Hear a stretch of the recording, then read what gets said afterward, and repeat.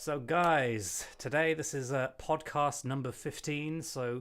Obviously, we have to have an extra special guest. You may have seen him co host with me occasionally, and if you keep up with me on any of my socials, you've probably seen him pop up more than at least 10 times, I'd say. So, presenting my best friend in the whole world, Greg Young, the fifth.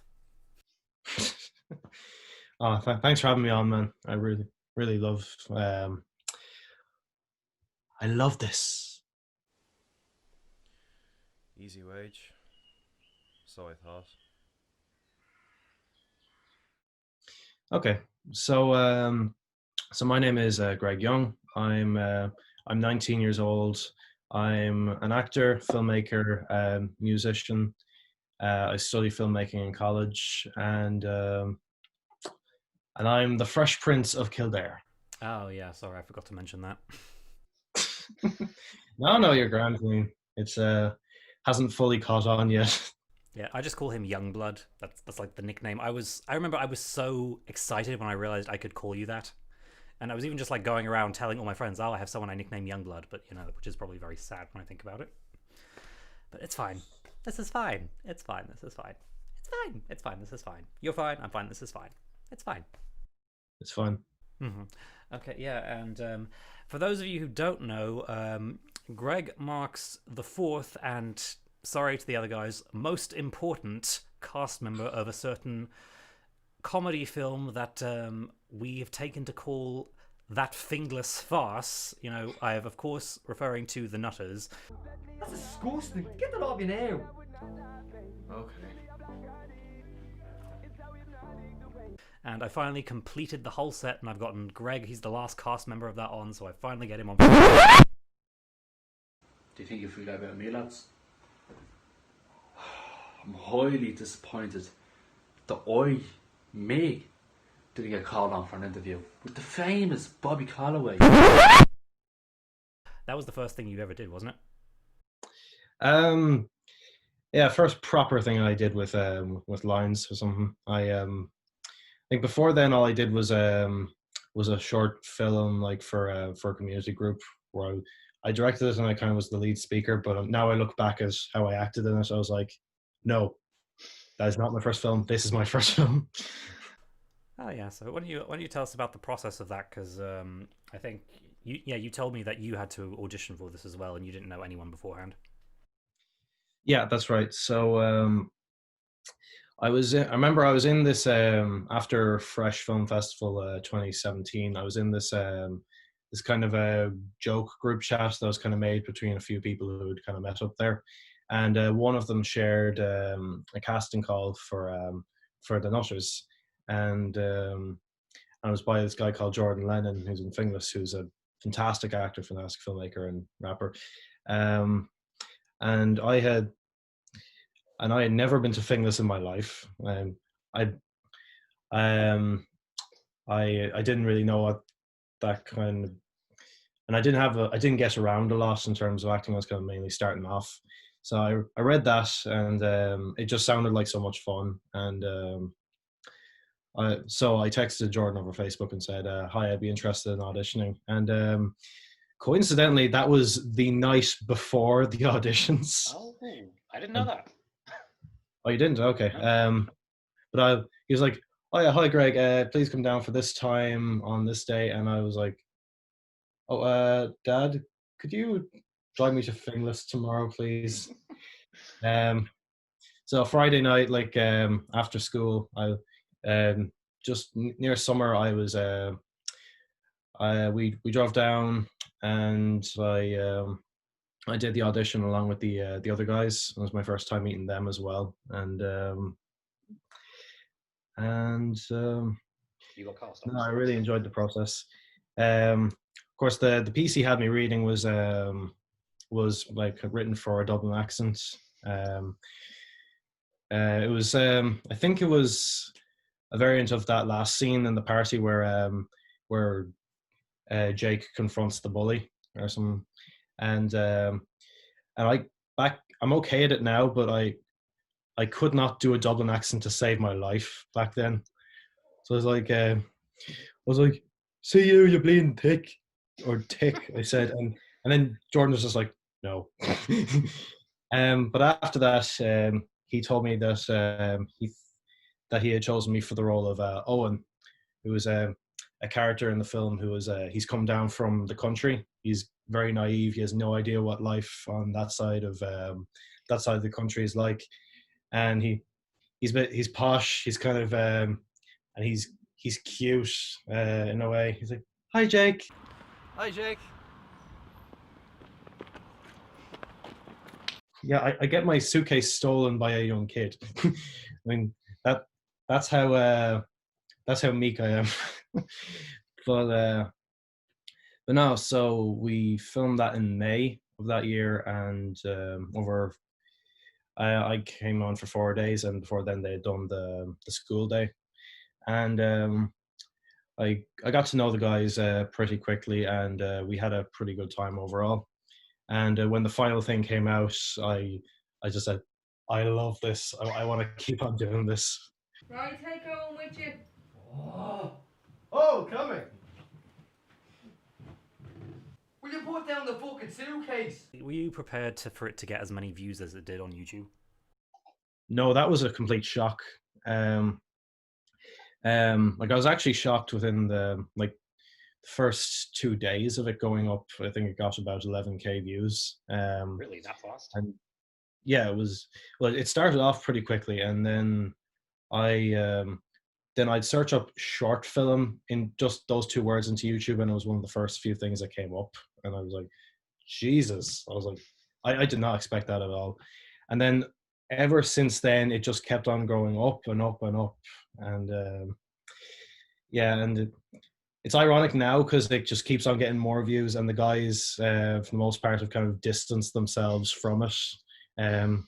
But we all kind of look because it's not the best quality, and we had scripted a few scenes, but the rest of it was us kind of improvising on the day with kind of ideas of what we wanted, and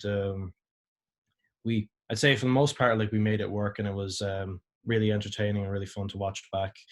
But some of our I think some of that did kind of show, but it was a bit of crack, you know. Oh yeah, well, yeah, everyone has to start somewhere, and I think, obviously, as I said to Jordan, I think I said to Adam as well, and I probably said to Mason too, that even obviously it looks like a filmmaker's first film, as you say yourself, but then there's still lots of charm in there, and there's still like a lot of value in there. So I mean, I've watched it I don't know how many times at this stage, because like there is definitely a lot to love in there, and there's definitely, you can definitely see, you know, the signs of like these guys who with a lot of potential, and now they're really kind of tapping into it these days. Yeah, they're on a roll, like, I have to say. Oh, you are. Thanks. But yeah, like, I was happy, like, that most people kind of they enjoyed it, and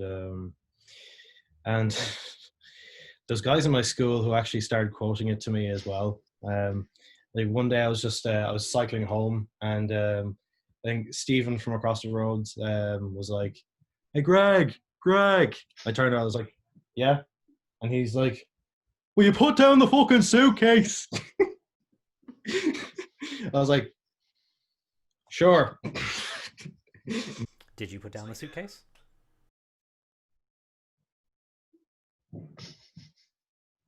It's like, sure. Yeah, it's like Adams organized the sesh. Do I have to do now? Organise a sesh. Did they get the quote for you at least? Yep, they did, in fairness. Okay. So you're doing better than him. Okay. And yeah, Oh, for fuck's sake. Can't forget that one.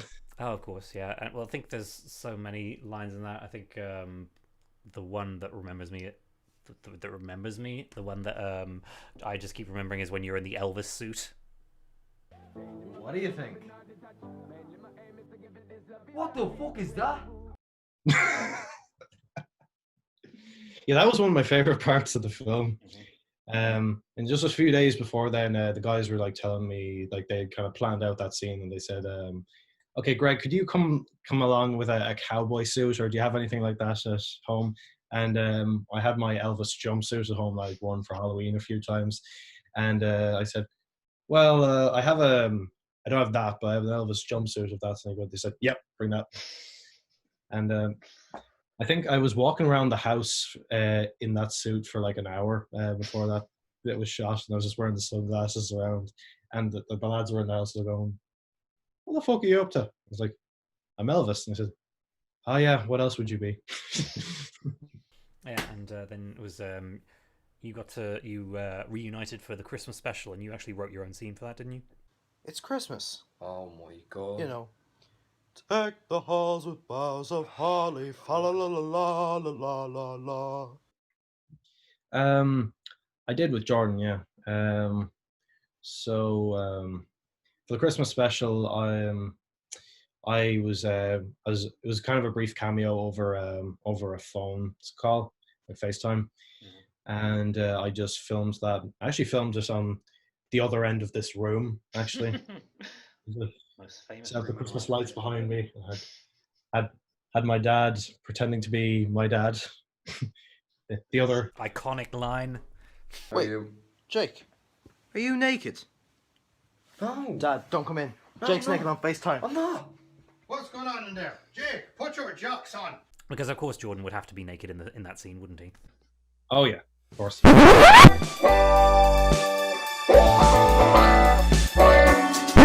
So, and would you say that you were always kind of drawn to performing in general, but would you say that the Nutters was kind of what made you really sort of go, yeah, actually do something with this, kind of like, I've got something here, I should keep this going? I think it did, yeah. Because at that year, like when I was in TY, when I was doing Gashga Awards, I'd been recommended to join this group called Performing Arts Academy with George McMahon, and I really enjoyed the classes.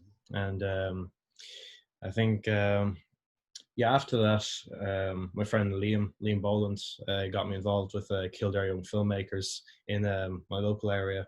So I was doing like so on Thursday nights I'd be going to that club, and then on Saturday mornings I'd be going to Performing Arts Academy, and then suddenly that was kind of most of what I'd be thinking about. And then during that year I worked with them on a film called Smokescreen, and I was just I was a production assistant on that, and I helped with sound in a few areas, but just being there and like seeing that story come together, that made me think like, okay, I want to keep on working on film sets kind of into the future. And then that summer when I did the Nutters, I was like, I'd love to keep working in film acting as well. So I would say that project did kind of ignite something in me.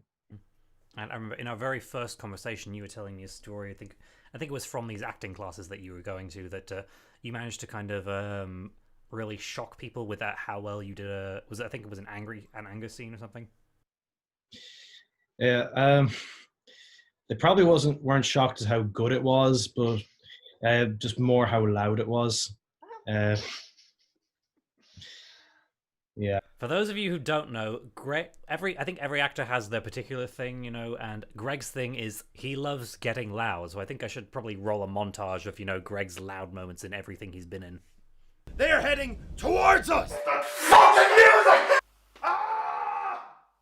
Yeah, in that class, like we were just put into groups, and we just had to come up with this like a scenario. I can't remember if we were given instructions or something, but we decided to go with it was adoption stories they were going for, where two parents would be made tell their kid that they're actually adopted. And I think I opened the scene with just kind of smugly complaining about one of my teachers in school.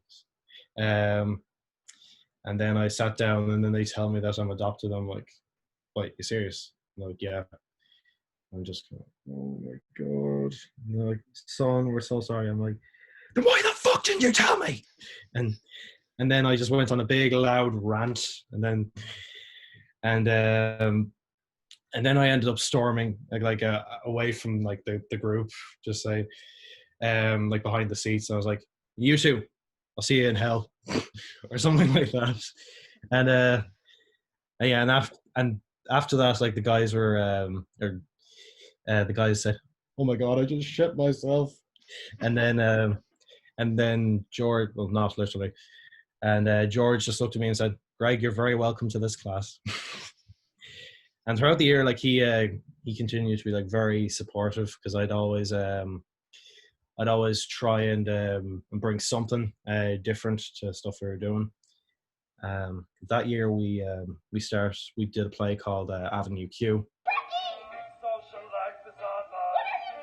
We have 5,600,000 friends online. And I was playing a character called Trekkie, who's this he's this stay-at-home monster in his room that he's just on the internet all the time.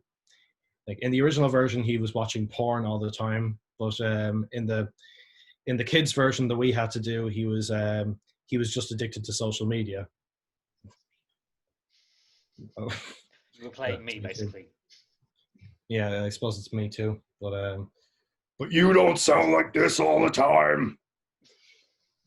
I remember when you sent me the video of that, I was just like, I felt so inadequate compared to you. I was like, look at what this guy has done. Like, what have I done? This guy has done this. So I think you said it was because it was in the Helix. No, yeah, well, that too, yeah. Because you'd done Shakespeare already, so you were actually ahead of me beforehand. But it's not a competition. No, well, not one that I have a hope of winning anyway. Because I should explain to everyone listening that Greg is probably the hardest working actor that I know. Because case in point, we first met on the set of a film called Tack Beer anyway, and he was you were producing that, weren't you? I was, yeah. And so that was 2 filming days, right?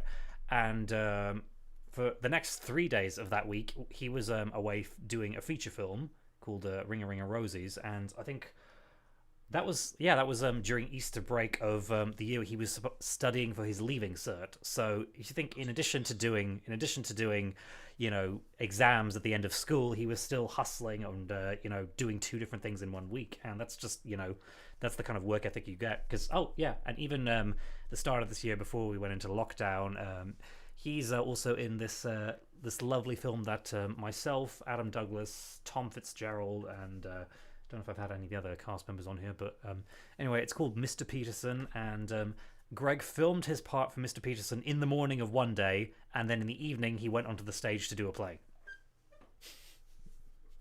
Just walk to the door, open it, and actually step into the outside world. Look up into the sky and see the birds fly.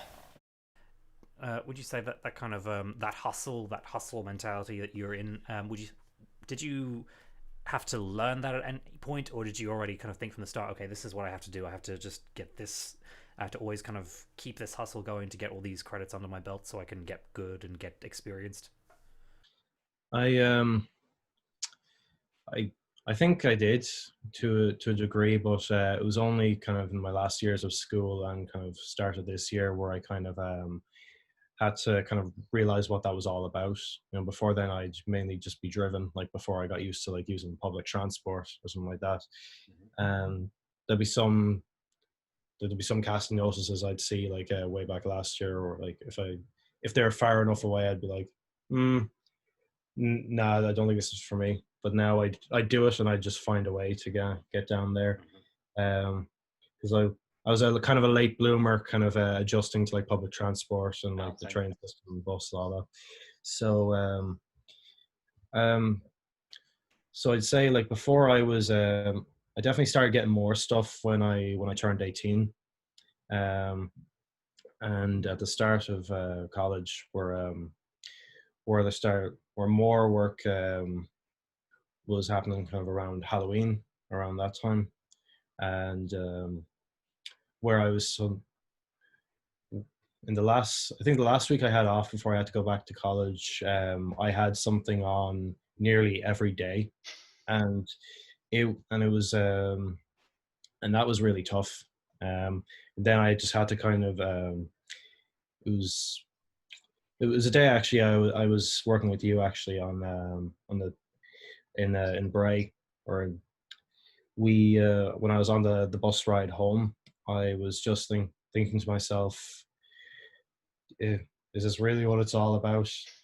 And then as soon as I got home and I started eating my dinner, I was like, yep, that's what it's all about. I need to keep on doing this. So I think when you start to get used to it, and you have a substantial stuff like substantial kind of, or sorry, I'm saying this wrong, a reasonable kind of amount of work that you have lined up, when it makes you feel alive and when it makes you feel that you're working towards something that will benefit you in the long run, that's when you really get adjusted to hustling, as you said. Yeah, And it's great fun when you get used to it.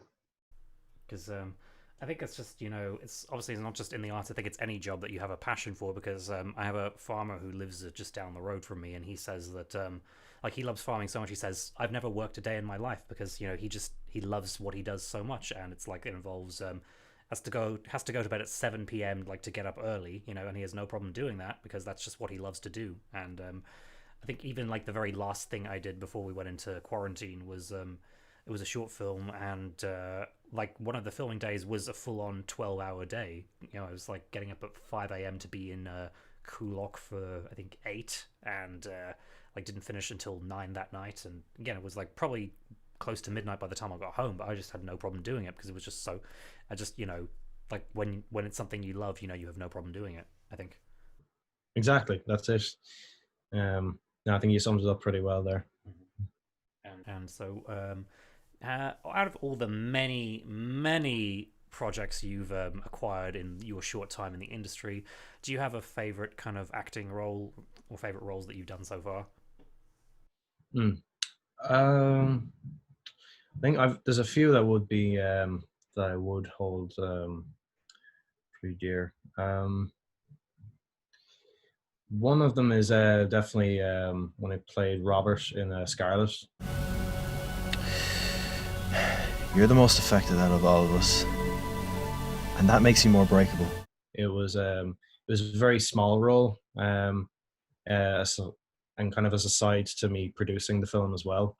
But it was so much fun to do, and it was probably the most preparation I did for a part.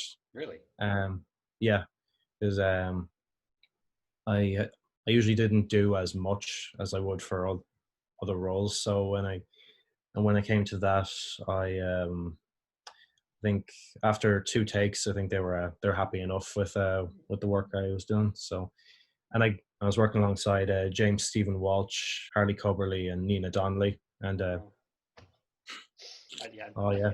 I wanted to make some gesture of love and affection, but I didn't know which one to do. So, she's an angel. Mm-hmm. Both of them, yeah. And Sean Bryan, my career, and Peter D. Keating, the DOP, like they really have a way of kind of getting the spirits out of actors and what they're really going for, like in the moments.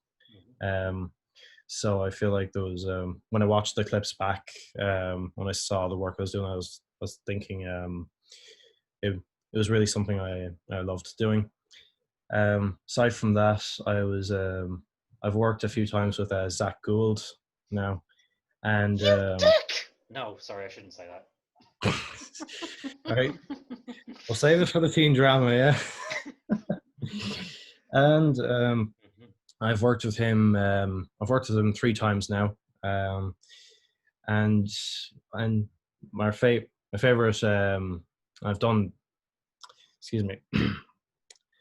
I worked with him on the short films "What I Stand For" and "Miles Away," and I was really happy with how they turned out as well. So Yeah, the ones I've done. Kind of a different role for you, wasn't it? It was, yeah, because I had never played a soldier before. It's just peacekeeping. The fighters don't care. Head west. There's nothing but cliffs that way. And that's probably one of my favorite performances of yours, anyway. Well, thank you very much.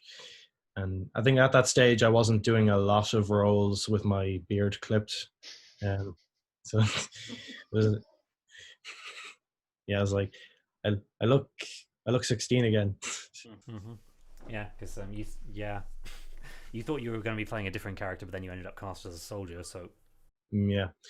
And but I was happy it turned out that way because I think Ross O'Rourke, who took the role of Jack, did a really good job with it, and I love playing Ed Kinney. So because it gave you a chance to get loud on camera.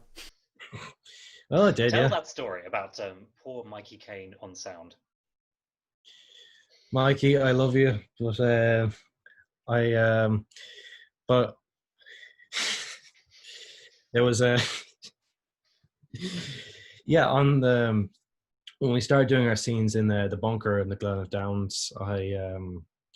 I was playing a soldier who was trying to tell um, the higher ups that we should actually move out of where we are because the enemy was kind of closing in on us, and they're just saying like, no, we don't have the stuff to kind of move out safely. We need to wait it out, and then I'm just in fear for my life and like everyone else's, and I just like, We need to move now. They are heading towards us. Only just think that like multiply the decibels by like 10. yeah, and yeah, Mikey wasn't prepared for that. We hadn't, I think we hadn't practiced it that way earlier, but I just knew in the moments like that's how he would say it. So I did that, and poor Mikey wasn't expecting it, and he was just like, but I apologize to Mikey's ears. It's fun, because have you ever gotten that loud since then? I'm trying to remember everything you've been on since then. I think that's the last time you've really gotten that passionately loud. I think there was a bit on Ringer and Rosie actually, where I got. Was that before that, was it? I can't remember exactly, but I think that was a tiny bit louder, a wee bit. Mm-hmm. Yeah, I have to say, one thing that I've always noticed about you, just from you doing your thing, even though we've never actually acted together yet, we've just we've just been crew on something the other person has acted in, but I've noticed that you're kind of very open to trying new things and like new ways to get into character and kind of like finding how the role works for you. So do you want to talk about that at all? Because what was it you did on Miles Away?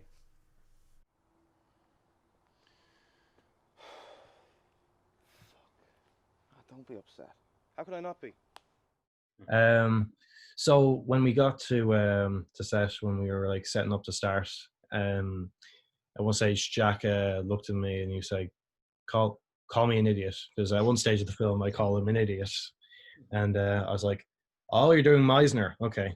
And for those of you who don't know, the Meissner technique is when actors kind of look each other straight in the eyes and say their line like to each other over and over and over again, and in several ways as well, just to kind of get really into the character's headspace and kind of look at the other person and know what to expect and what the goal of the performance is. So Jack pulled me aside and he's like, call me an idiot. I'm like, you're doing Meissner? He said, yeah. I was like, okay, you're an idiot. And then he's like, well, fuck you. and we just had a back and forth and kind of raised it in volume. And I was like, you're a fucking idiot. And he's like, well, fuck you. This is my life. I was like, all right, fuck off then. And then we said, okay, we're ready. They just make fun of us. Call me an idiot. I'll call you an idiot when you're being an idiot. This isn't you. I said don't call me an idiot! And I think our for the rest of our day, I think it really helped our dynamic in our characters and like how we kind of talked to each other and approached each other. So I think it was very beneficial.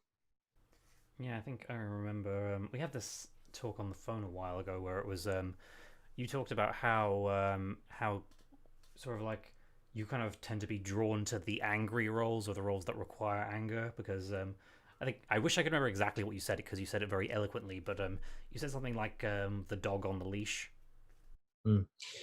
I had it was a metaphor I came up with for how to control anger, and I it was my response to anyone whoever saw me got mad and said I had anger issues. I said, like, anger, like, to me is it's a man walking a dog on a leash, and the man, it represents willpower and the dog represents anger. And so imagine the man walking the dog along, and then suddenly a cat or some animal provokes it from like across the path. So there's a few scenarios that can play out. One is the dog is too powerful, and the owner can't can't hold on to him, and basically lets the leash flying, and the dog goes off and does something stupid. Right? That's losing your temper. That's anger taking over. Um, and with and let's say the dog's provoked, and the dog wants to go for it, but the man has a tighter grip on the leash, and therefore the dog doesn't do anything stupid, but it can still bark from where it is. So in that instance, you can hold on to your anger and not let it control you.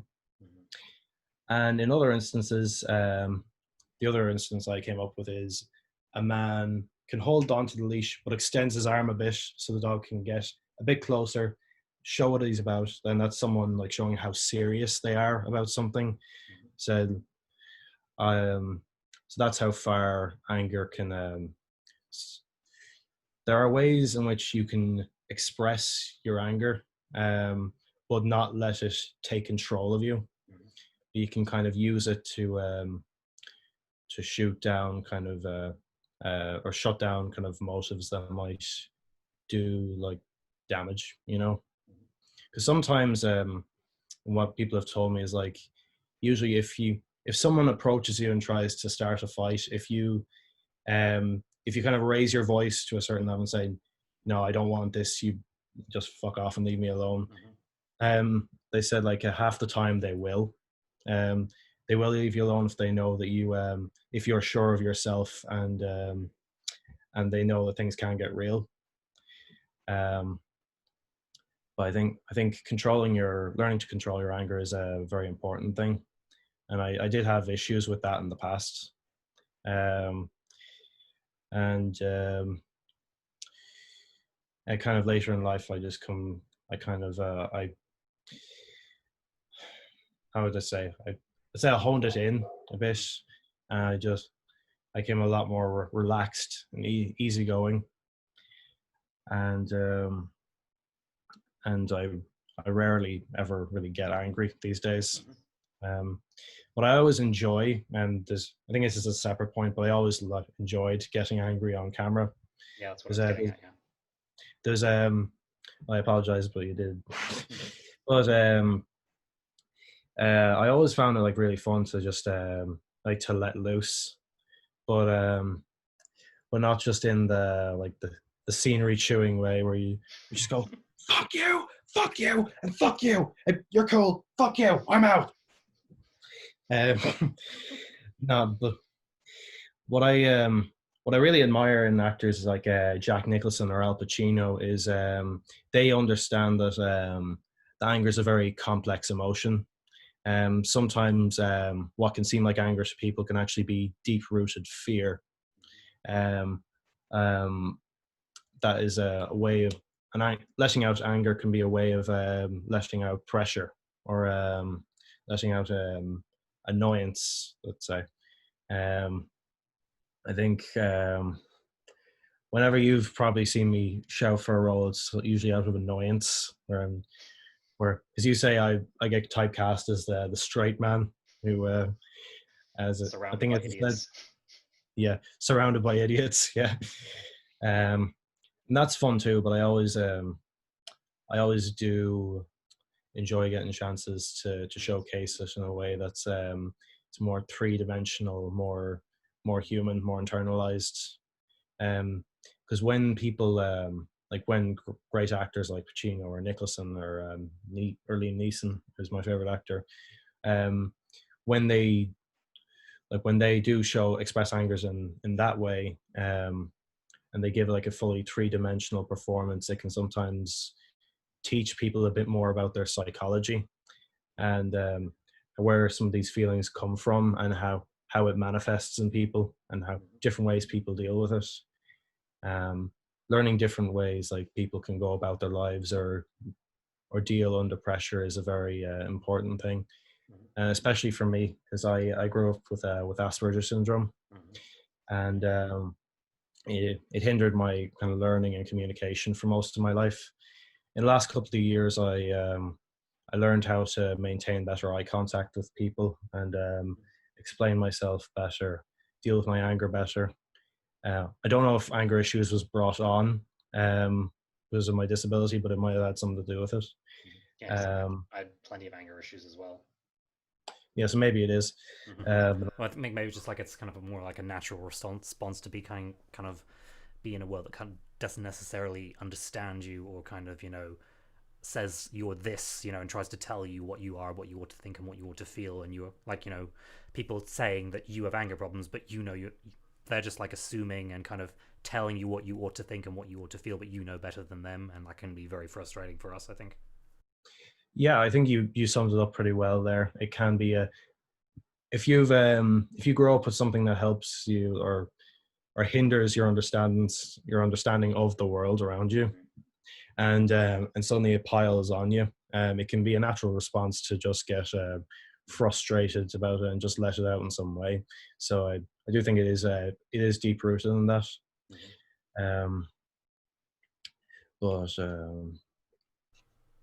I think for me, I know this. I think I was probably drawn to performance in a way because essentially it's there's sort of a strange order in, you know, playing a character who has like a script and who has lines anyway. And I once read a scenario describing living with autism or Asperger syndrome. It's like it's playing a video game where you don't know what the rules are. So I think I find a comfort in playing a character that has rules, that has guidelines, you know what's going to happen and that sort of thing as well. So I don't know if that's what it's like for you or other people on the spectrum who are drawn towards performing, but, you know, I think that might be what it is for me. Well, I think you said it pretty well there.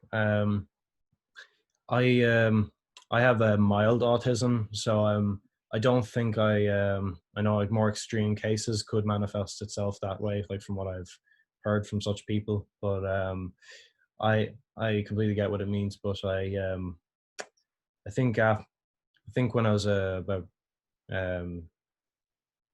when I kind of grew up, I did kind of understand what the rules were for the most bit. So maybe I wouldn't exactly categorize it like that for myself, but it is a very good description, like for people who do suffer disabilities like that. And if you don't mind me asking, what do you think, would you say, is your biggest struggle when it comes to the disability, and how do you personally manage it, or how have you overcome it, would you say? It's really hard to say. I think one of my biggest problems was not retaining like certain information, not being able to focus for so long. That's not really something I necessarily overcame, because that was kind of the way it was until like the end of school. I did do it, but I was terrible at studying, like, and long classes I'd get burned out like in a couple of days, especially in the more intensive weeks near the end of the year. I only experience less of it now, because, well, this year I started doing film and television in college, and while there were moments of that were tiring and lots of assignments, it was something I was a lot more interested in, so it was easier to keep my my response. So I suppose my hope is that I don't have to deal with too much of it in the future. But one I did get better with over the years was recognizing sarcasm. 'Cause that's a big one. It's necessary if you're going to be my friend. Yeah, definitely. Yeah, well, yeah, that one did take time, and I still think you said something sarcastic to me the other night as a joke, and I didn't get it at first. I was like, What was it? I can't remember for the life of me, but but it still comes back, but it has definitely gotten better over the years. But Yeah, I have trouble reading sarcasm as well sometimes. Like even like lines in movies, I'm like, were they serious there, or were they being sarcastic? yeah, sometimes you just it's sometimes it feels open ended and you just can't be sure. But there's one other thing I remember now actually is eye contact was a huge struggle for me, and my dad pointed it out to me a lot as a kid, like not in a mean way, but just in a constructive way. And the last couple of years, like I just kind of I trained myself to get better at that because I knew that it's the only way. Like when our business is so much about like meeting new people, working with new people, like if you if you can't look them straight in the eyes and tell them what you're about, or if you can't like direct someone properly or communicate properly, or have that kind of the basic components of a good conversation where people know where you are, like it will hinder your career probably. But and I was definitely very shy when I was at the start of it, just kind of talking to new people and all that. But but now that I do have more practice with it, it's very liberating to kind of talk with people that way and kind of and show people what you're about. So it's a lovely thing to see. Because I remember I used to be terrified of talking to people when I'd say probably like from like as a child and like well into my teen years anyway, and then I think one day I just discovered how fun it is actually getting to know new people. So again, that's like I almost kind of can't believe that that's how I used to be. Well, obviously it's to an extent sometimes like there are some people that I'm terrified of talking to because I guess in some ways it's like I'm terrified of saying the wrong thing. Like I'm terrified I'll mess up or just like say something completely stupid. But like 9 times out of 10, I end up just having a good time because I'll be open and honest with the two lovely ladies, Michelle McNally and Kendall Evans, that I had to interview. Those 2 interviews were probably beforehand. I was probably the most nervous out of any of them I've done. And I think if at the start of a couple of them you can just kind of hear me babbling away because I'm just so terrified, like, oh my god, am I going to say the wrong thing, or am I going to like leave an awkward silence or whatever. But again, by the end I was just I'd forgotten it because I guess I put my trust in these 2 great girls who are good friends of mine, and and eventually I was able to kind of get over that to some extent anyway. Yeah, absolutely. Like when you get used to kind of opening yourself up to people, like it does unlock something in you, really. And it's always it'll always help you.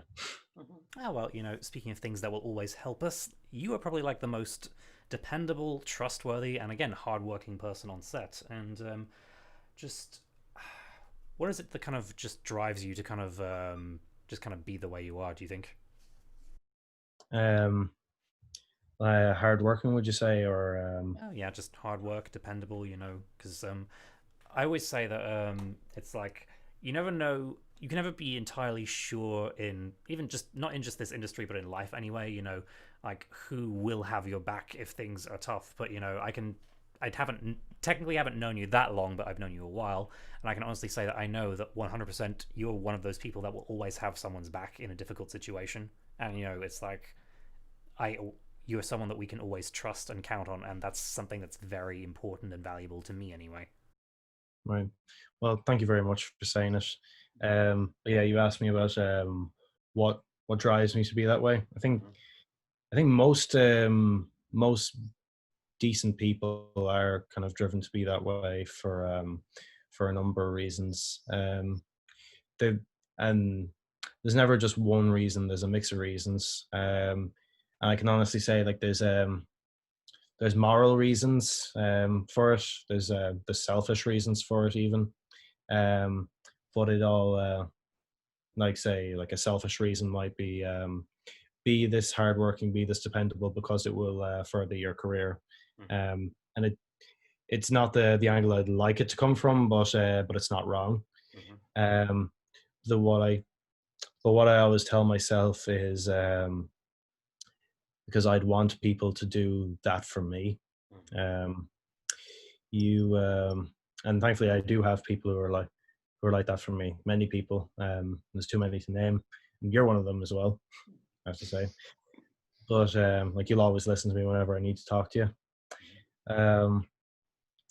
But I say being I value friendship a lot, and I value collaboration. And it's not just collaborative in terms of work, but in terms of people, like how you can get to know like people and kind of open yourself up to them and kind of help them along, like get to know them, like if you've some similar interests or something, and always help them out if they need you to. I just feel like that's what a decent person would do. And I'm religious as well, but and one of the main kind of pillars of is treat people as you would yourself. But it's so, and I grew up with that kind of ingrained in me. But what's more important than that is just on a basic human level, because not everyone believes in religion and all that, and they won't do it for reasons like that. It's hard. Like, it's a cruel world, and people need to stick together to get by in whatever you do in life.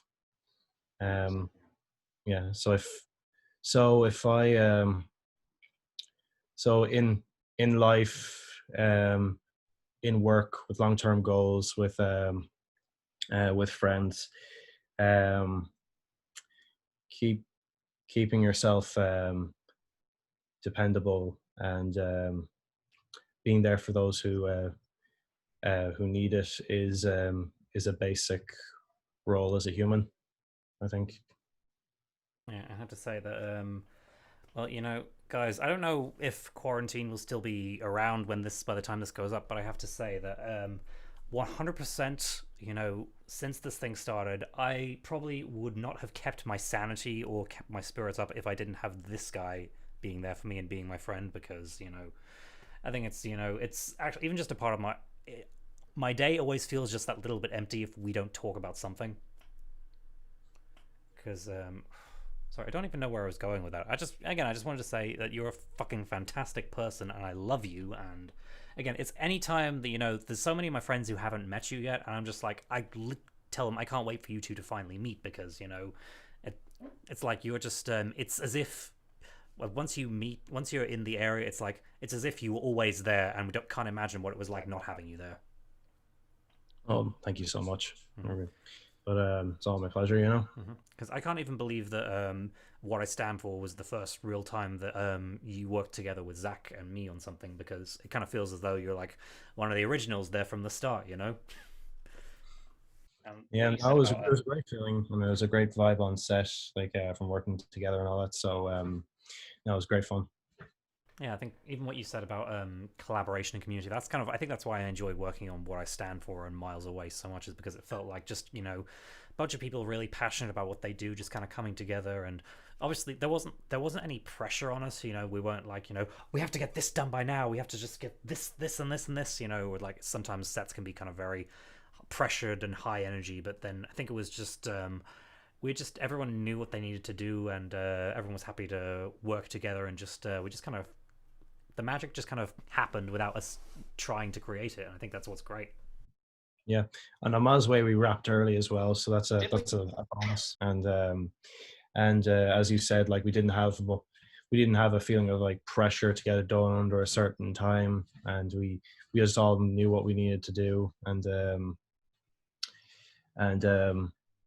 I know they were kind of swapping like the sound role, so someone else could do a different job, or we're swapping like cinematography kind of roles to cover other aspects, and it was a full-on group effort.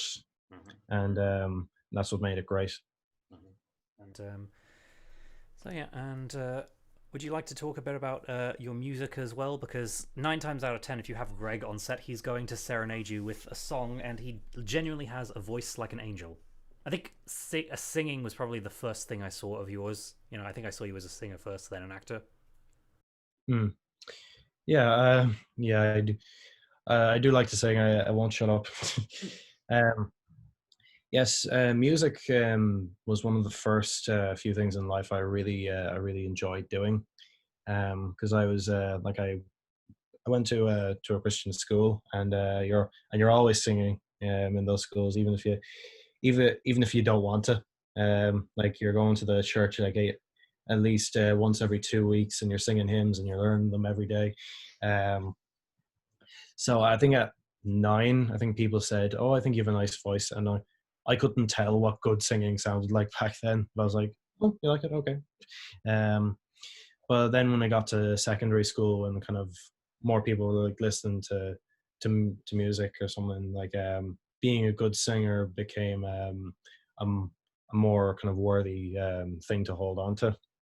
And I did music for junior cert and for leaving cert, so I had to keep it up.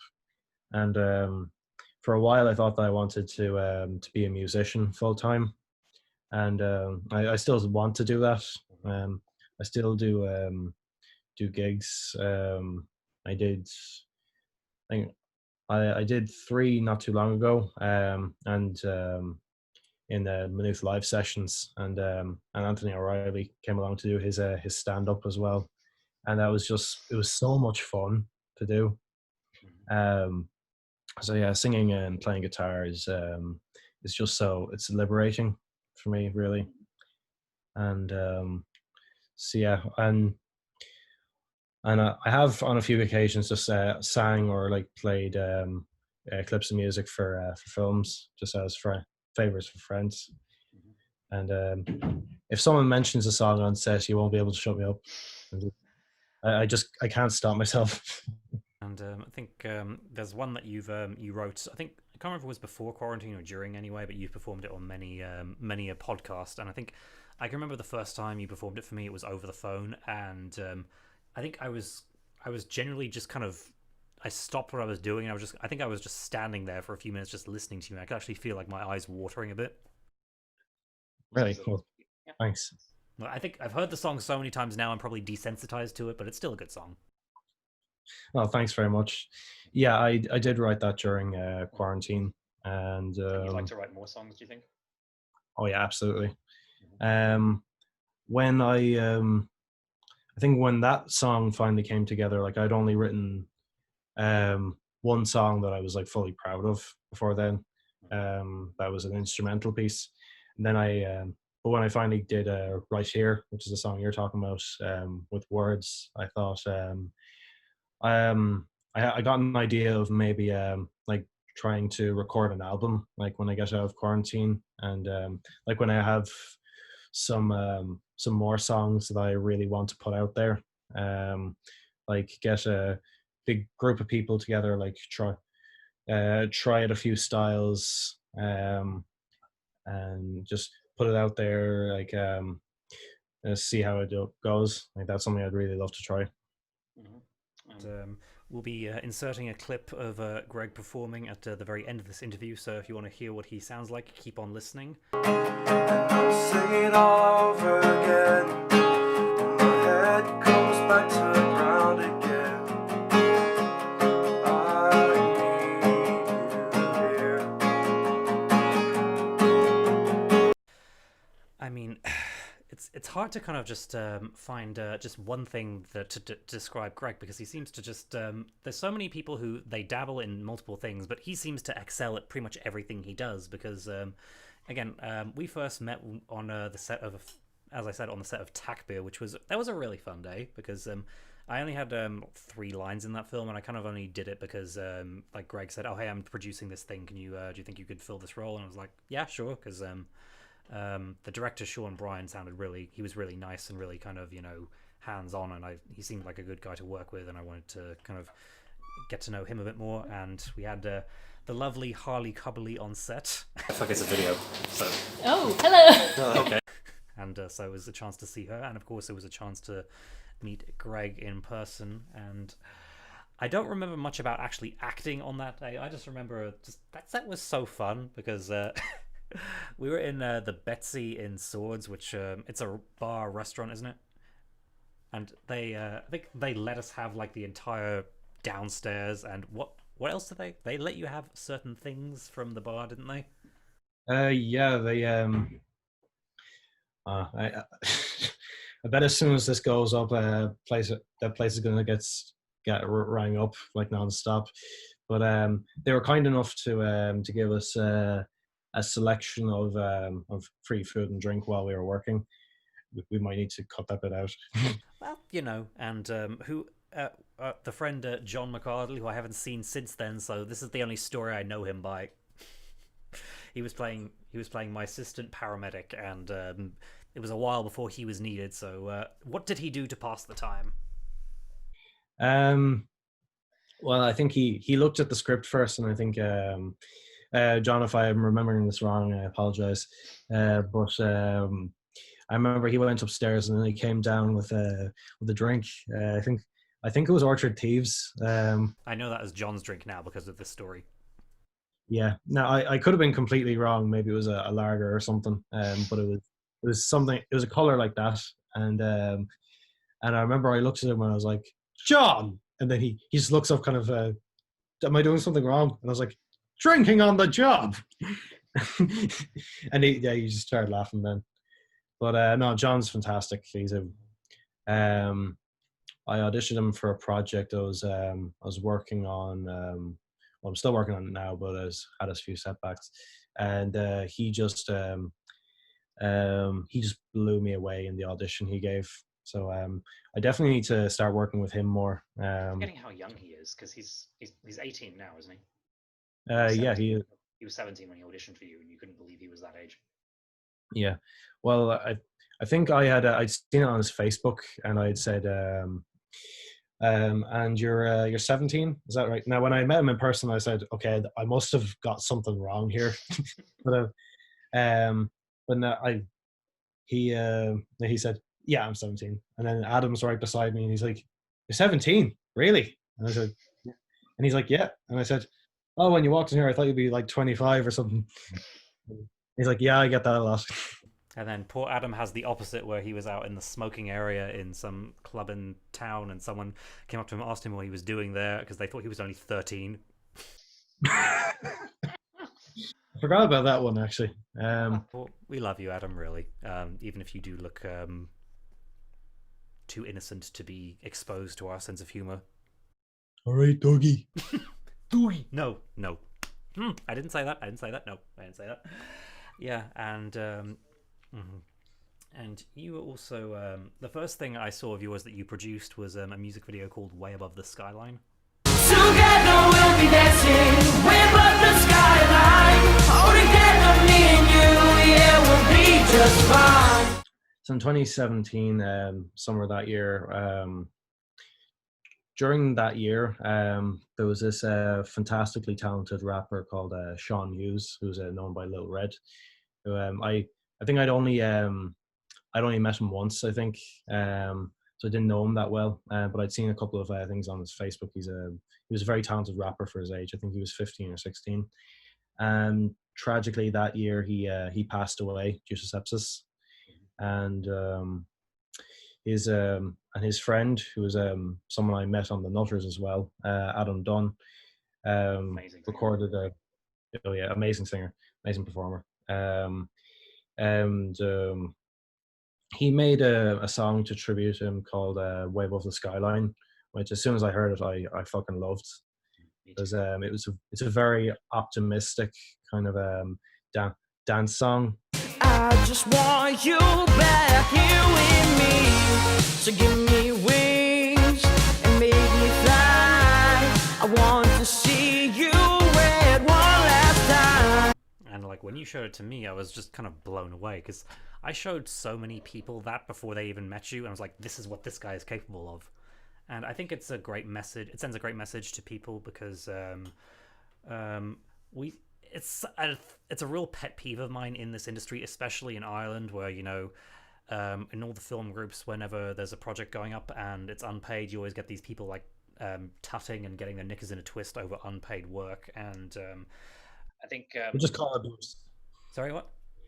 We'll call it abuse. That's what it can be. Yeah, it's harassment and abuse, but I think it's because people kind of tend to think we're living in this fantasy world where it's easy to get funding, and they're just evil people withholding the money from the rest of us. But sometimes it's more complicated than that. It's the money just isn't there, and the choice is do nothing or else see if you can get this made, no budget. And like pretty much everyone you mentioned in that film, in the music video, they came together out of their own time, just to kind of collaborate and create something beautiful. And when you watch the finished thing back, it's something amazing. And I think it just speaks volumes for what can happen just when people work together without they're not in it for the financial reward. They're not in it for anything except just to help create and make something beautiful.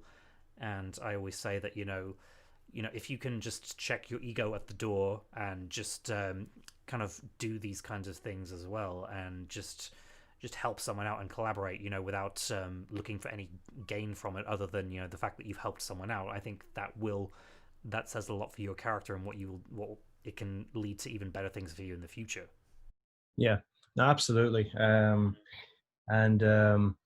Like I made that, like I don't want to brag or anything, but I did make it when I was, or I produced it when I was 17 years old. Exactly. I was just about going into sixth year at the time. And like even all that time kind of later on, it's still one of my favorite things that I've ever done. Like because of the exact reasons you said there. Like there's a few I love seeing projects where you just feel like there was such great community involvement with, and like a great example is a lot of the videos that Jordan Lennon does, like ever since the Nutters, like all the years up until recently, like his video for his rap song Poison City, like the feeling of community in that is yeah, it is amazing. And you can really feel it, like and I feel as well in No Wi-Fi as well, like up in Bray with the films, they get so many people like just wanting to help, wanting to make something great, and the community involvement can really lift up a project so much.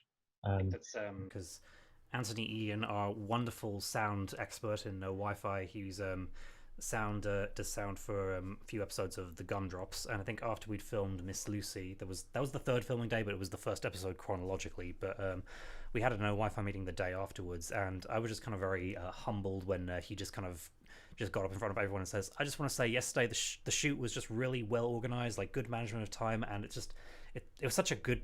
We always have such good fun on set, so I think that." I think that's what kind of helps that's what made things so much easier for me in just when, like in trying to get my stuff done. I know that I have a good group of people around me that I can count on to help me out.